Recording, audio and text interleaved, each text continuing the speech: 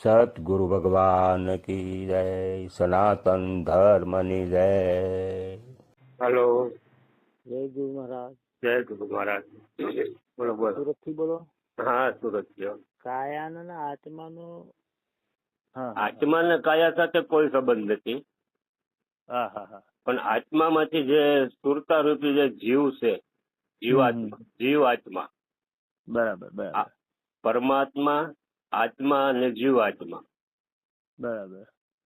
જીવ આત્મા છે એને શરીર હારે સંબંધ છે, કઈ રીતનો છે, જોડાણ કઈ રીતે છે. હા હા હા આપણે લૌકિક ભાષામાં આપણે સમજીએ કે ધ્યાનમાં જો બેસીએ, ધ્યાનમાં બેસી અને આપણો જે આપણે જીવ એટલે કે સંસારના વિષયો ભરેલા છે એટલે જીવ ગણવામાં આવે છે, નકર તો આત્મા જ છે. બરાબર બરાબર બરાબર.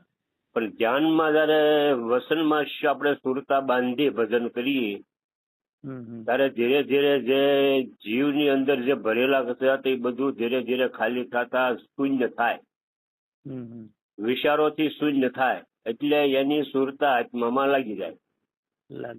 એટલે જ્યાં સુધી જીવ હતો ત્યાં સુધી શરીર સાથે સંબંધ હતો, હું ફલાણો ભાઈ છું, આ મારું છે, આ મારું ઘર છે, આ મારું છે. પણ જયારે એ જીવ છે એ આત્માની અંદર સુરતા બાંધે એટલે આ વિષયોમાંથી એની સુરતા તૂટી ગઈ. સુરતા તૂટી ગઈ એટલે એને આત્માની અંદર ધ્યાન લાગી ગયું અને દેહ ભાવ ભૂલી ગયો. હવે એને દેહની સાથે કોઈ સંબંધ નથી. દેહને શું છે, ક્યાં છે, એને સહેજ પણ અણસાર નથી આવતો ધ્યાનમાં. બરાબર બરાબર. દેહનું જ્ઞાન નથી. એટલે ન્યાય એને સંબંધ તૂટી ગયો. ક્યારે તૂટ્યો? જયારે એ જીવ આ સંસારના વિશ્વમાં સુરતા હતી ત્યાં સુધી દેહની અંદર એને સંબંધ હતો. બરાબર. અને આત્મામાં લાગી જાય એટલે દેહથી અલગ થઈ ગયો.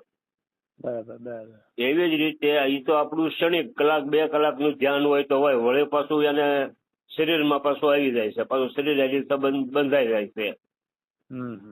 તો એ કાયમને માટે તોડવા માટે શું છે, એને એવું તે આપણે 2 વસ્તુ ચોંટાડવી હોય તો ત્રીજી વસ્તુ આપણે ફેવિકોલ જોવે. બરાબર બરાબર. તો 2 વસ્તુ ભેગી રહે. હા હા. તો એવી જ રીતે જીવ અને શરીરની વચ્ચે આપણો કર્મ છે, એના દ્વારા 2 બંધન રૂપમાં હારી છે. બરાબર બરાબર. કર્મમાંથી મુક્ત થઈ જાય એટલે દેહથી મુક્ત થઈ જાય.